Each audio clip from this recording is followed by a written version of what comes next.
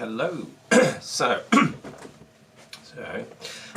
so this is a bit of a test stream, but I'm also going to have a little bit of a chat. So, testing-wise, I've got my my portable kit going at the moment. So I'm running off my laptop.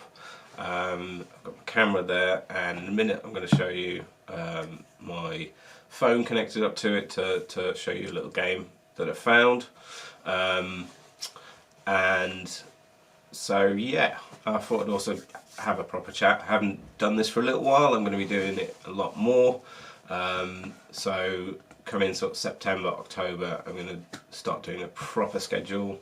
There's going to be all sorts of stuff to do. One part of it is all around sort of creative activity. There's going to be sort of a collaborative learning side to it, looking at what people are doing, trying to get other creators on to share tips, but also learning programs and techniques as a group, because I know a lot of people who've got various different skills and techniques that they use that they can share. I might do a little one about my I tell everyone about them, but my short panoramas with my phone. I've got some really good results with that. And then larger stuff like going through a new editing program. There's DaVinci Resolve, which is essentially it's an alternative to something like the Adobe programs. It's completely free at start of use, and you only pay a sort of one-time fee for some of the pro tools and stuff like this. So it's a really good way for people to get into video editing. And I've seen editing houses and stuff advertising, you must know how to use this because we don't want to pay the exorbitant fees to Adobe for something we can get for free, essentially. So that's all going to be coming. I'm going to try and get more into live music, hence testing the portable kit. So I've currently got one camera there. I'll be looking to expand that to 2, or possibly contacting people who have their own camera and just have the ability to connect up to this software. So yeah, there's going to be all sorts of stuff to do in starting sort of September, October, but I'm easing my way into it. So first things first, tonight, if anyone is free in Croydon area, you should head along to Fairfield Halls. Morgan Davey has been involved in an art project. It's Croydon Stands Tall is the big project. Something to do with giraffes. That's all I know now. It's worth going along, I think. And so I'll be along there, try and get some interviews and some footage to show you on next live stream.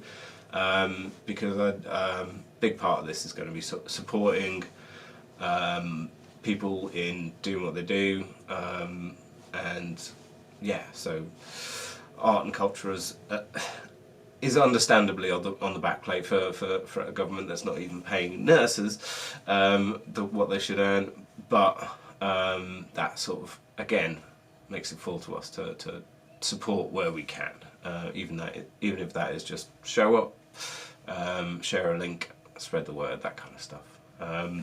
So yeah, I'll be along there from 6 tonight at Fairfield Halls. Check that out. And I'll be back with the footage. I'm going to be setting up other interviews as well. I would like to speak to Tim Everly. I don't know if he's going to be seeing this, but so he's got an album out, and he's also set up a group for promoters in Croydon. Definitely want to get an interview with him and try and spread the word on that one. Get more events going in Croydon, get them supported more. That's a big one. So yeah, moving on to a bit of news. I don't know if it's news really, but it's kind of going back to my usual stuff of the conspiracy side of news. So I was speaking to a friend recently, and you know, on the subject of wildfires, obviously we've had a lot of them. Canada was first to have like a big outbreak of wildfires, bigger than they'd ever had before, really. Certainly a lot bigger than any previous years on record.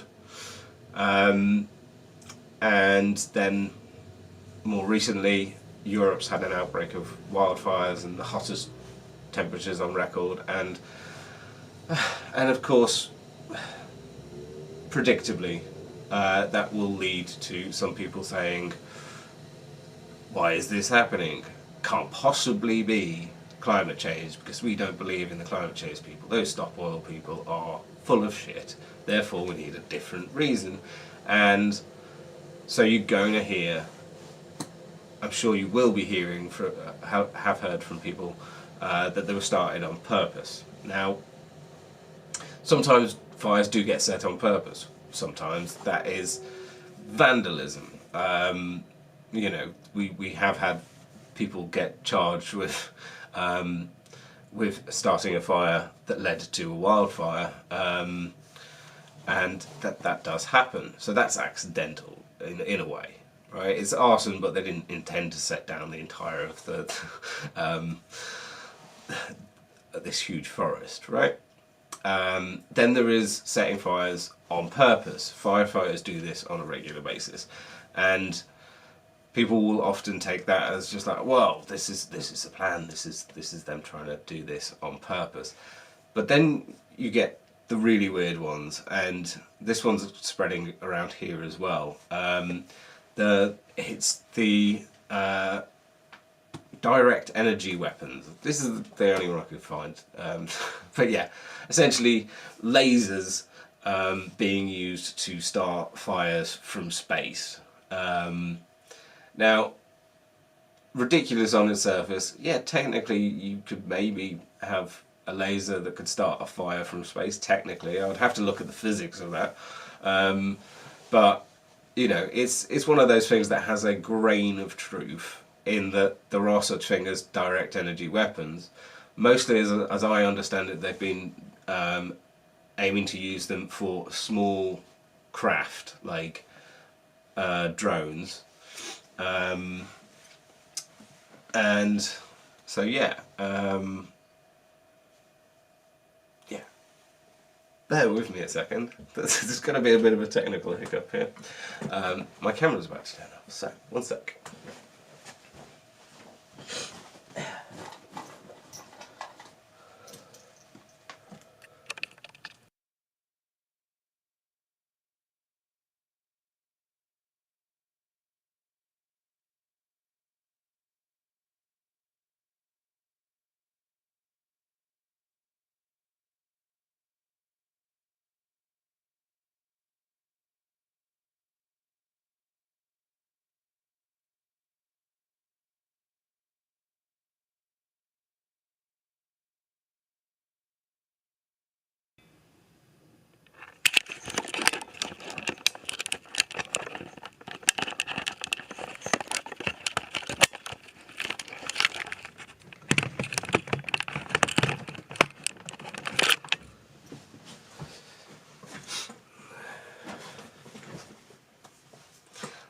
So that was great. There, yeah. Are we in roughly the right position here? Yeah, let's just get me in focus with my focus stick.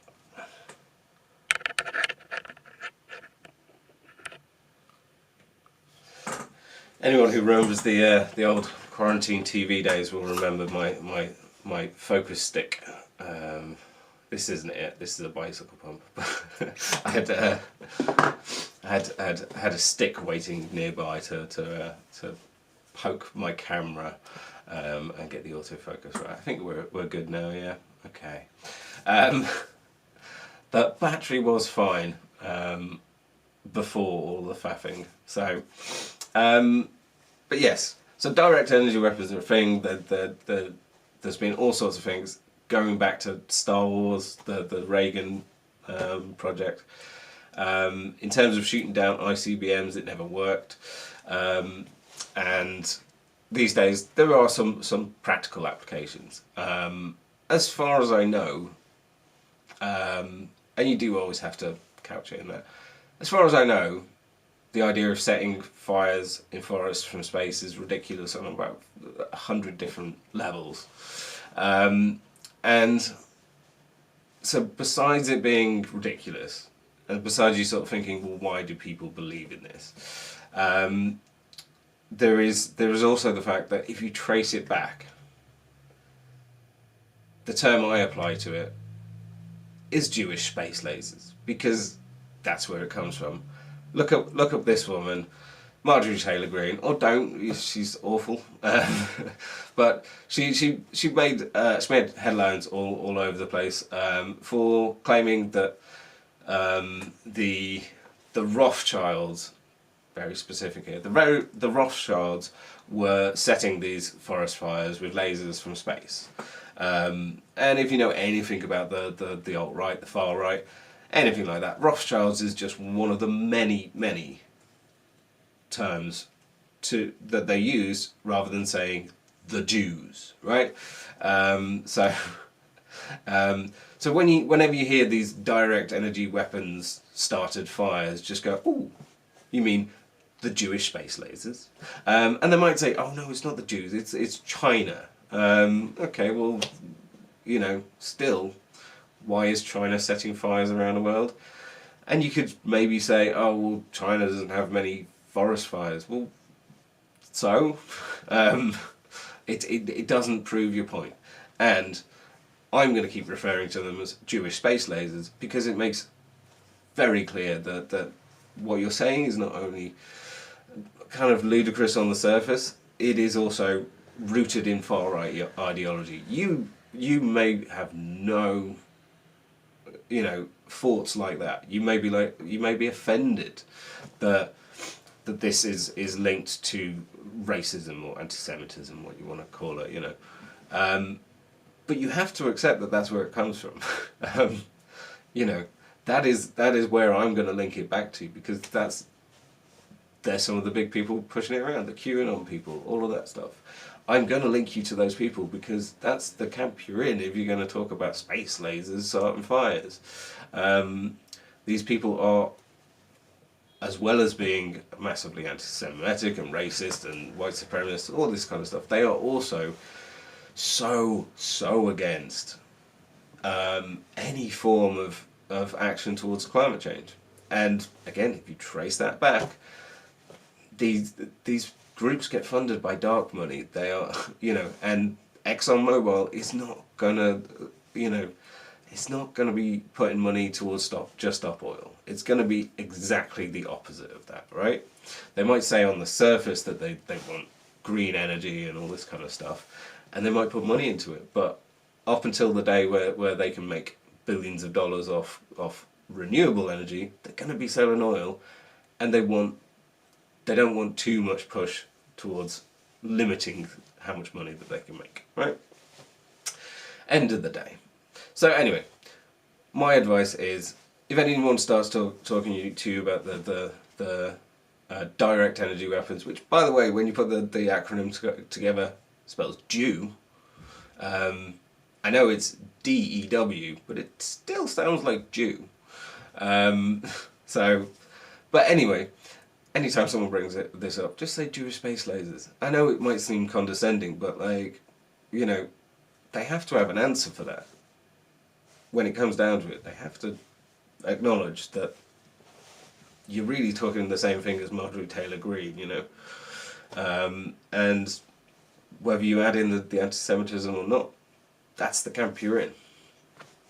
Anyway. I'd love to talk more about these kind of subjects. Anyone who's interested in doing real research about the kind of more ludicrous claims and what's going on in the darker parts of the internet, and just this stuff that is swaying public opinion. It might only be small amounts, but it's significant. So anyone willing to do some research or come on and chat to me about this, provide sources for stuff that they've seen that are, out there and they find offensive or ridiculous, whatever. we'll be setting up some routes for that. Otherwise, if you know me, just give us a message if you're up for getting involved. And the last thing is, I just wanted to, so as I said, Creative Things is going to be a big part of what I'm doing.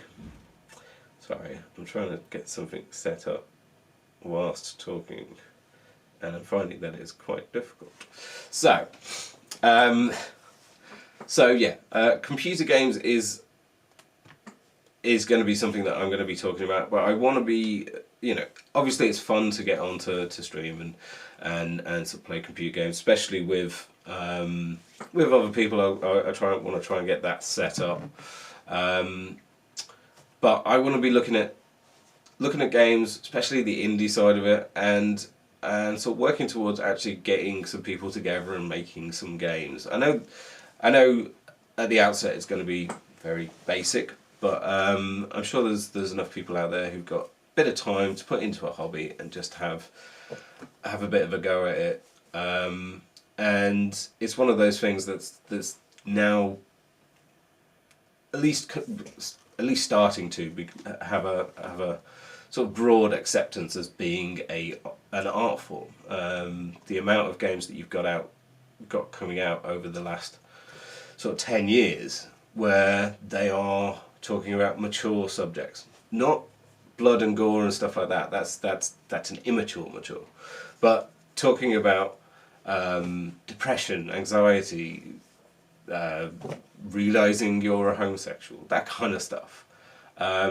These are important stories that this medium is incredibly adept at telling, and so getting more artists in the field, getting more people telling their stories is always going to be a good thing.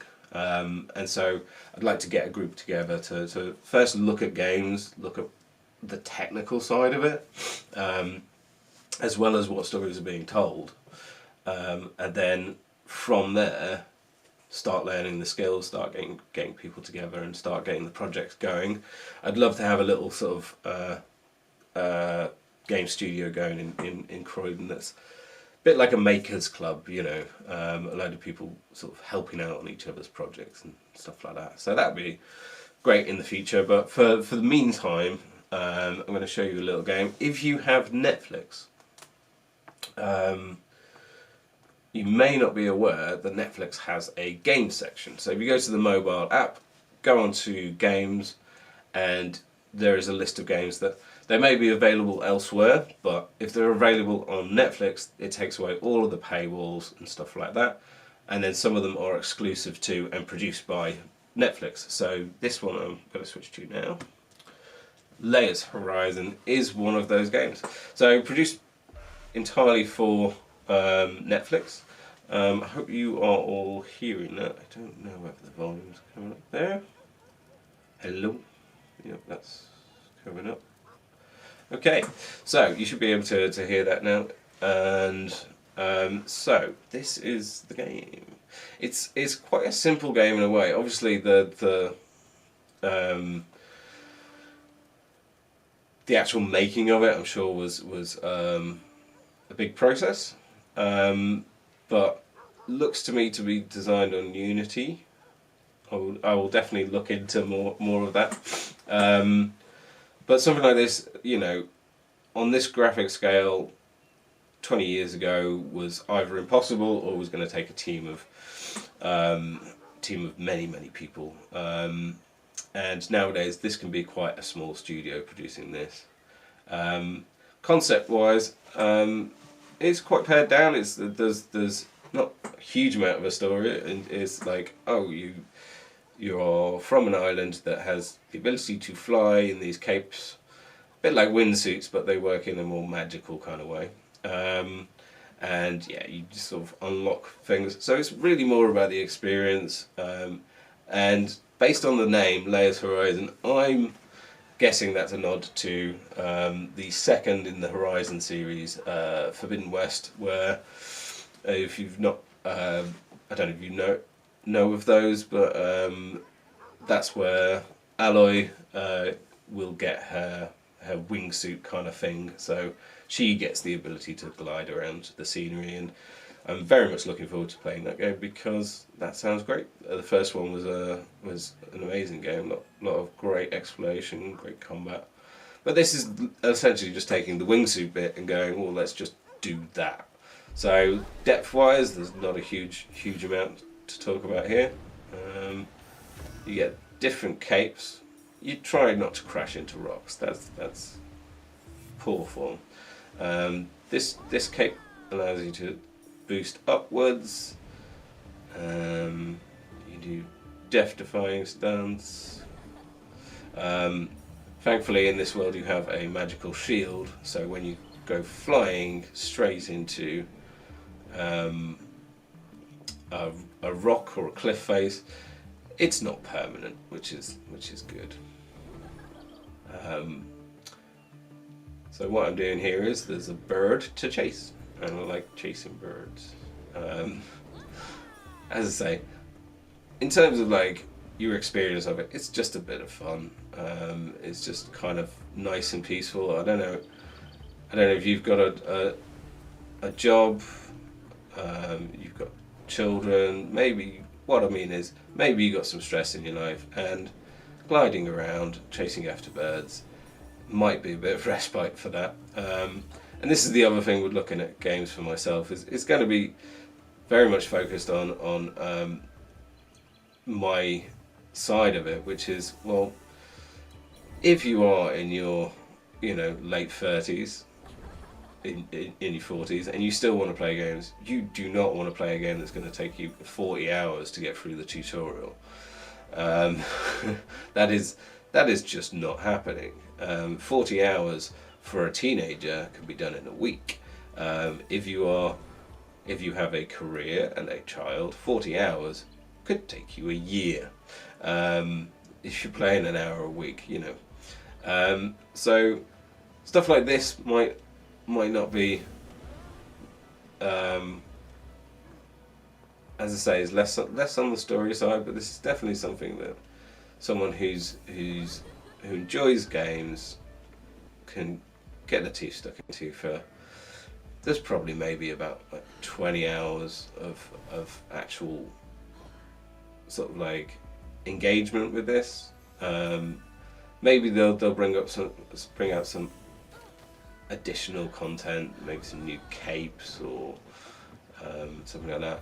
They may extend the life, is what I mean, but essentially there will come a point where you get a little bit bored of just bouncing around and stuff like that. So, and that's fine, because as I say, if you've got limited time to be putting into stuff like this, it's not going to bother you too much if at some point your little toy will grow a bit stale.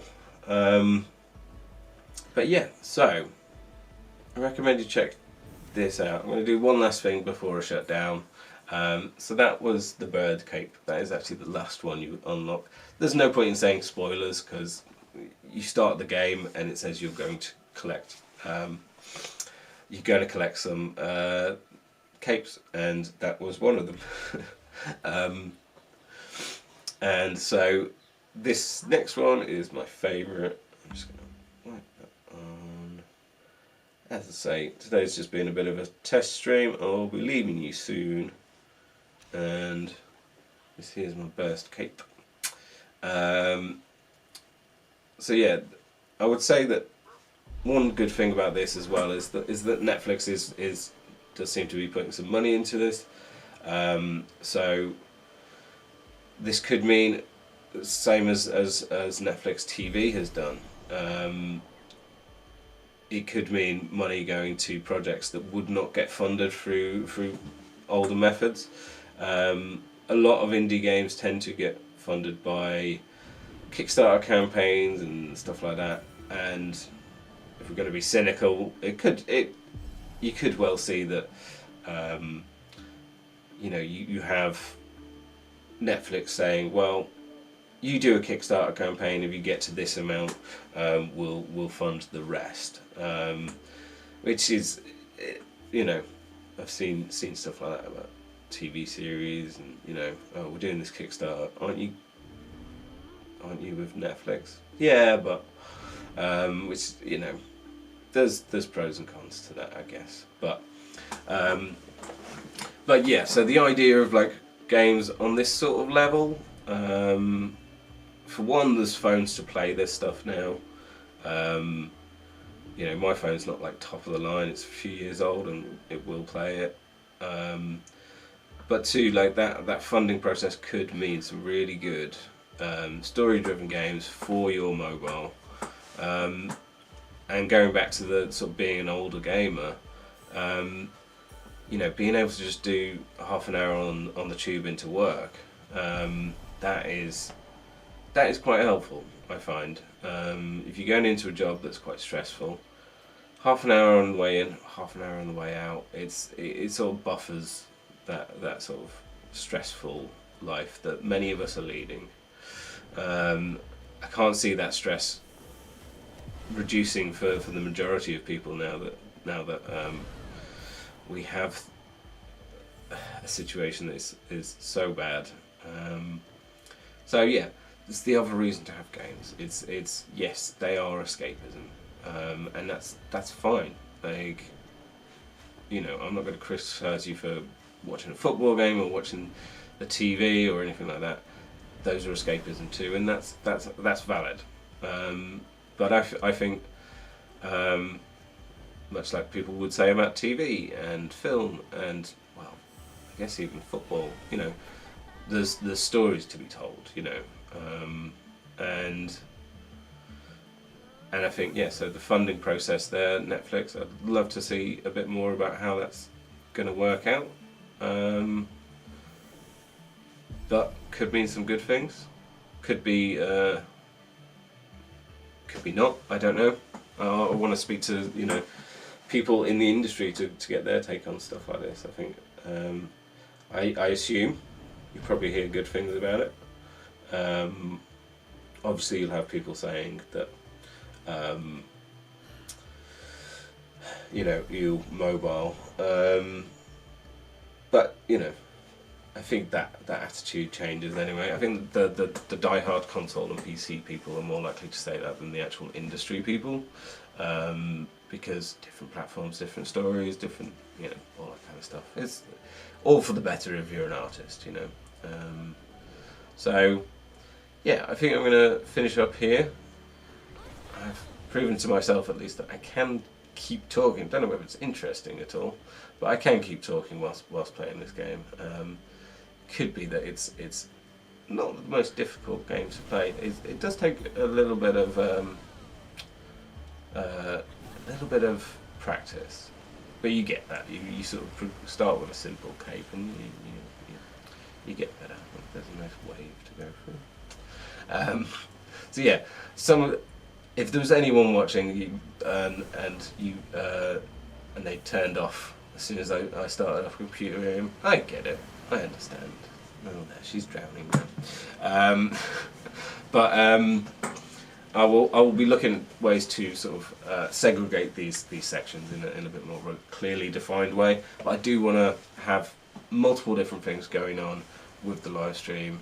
They will be then chopped up afterwards. So then if you're looking at stuff after it being live, you'll find exactly what you want by going to sections of the YouTube channel or whatever.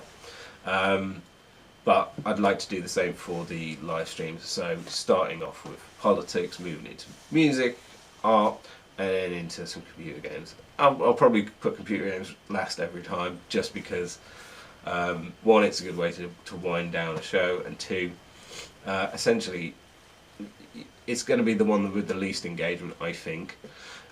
So there may be people who want to listen to the politics, the music, and everything else. Bit of cookery, probably, healthy living. Maybe that all appeals to someone, and then the gaming doesn't, and that's understandable.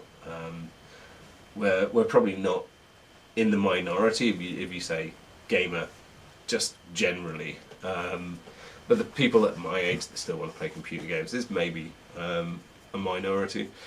When today's teenagers get to my age, you probably have it in the opposite way around. You'll be in the minority if you've never played a computer game. You'd be looked at as some weird Amish kind of outcast. But yeah, so I'm going to sign off there. Hopefully this has all gone well. Hopefully you haven't had people sat there going, I can't hear you. But most likely we've had no one watching for the last half hour or so. But yes, this seems to have worked. I'm going to look at the after report kind of thing. But my laptop is running fine there. 0 dropped frames, CPU at 60%, if that means anything to you. So proof that this works. So if you are if you're listening to this and you want to do some events, get in touch.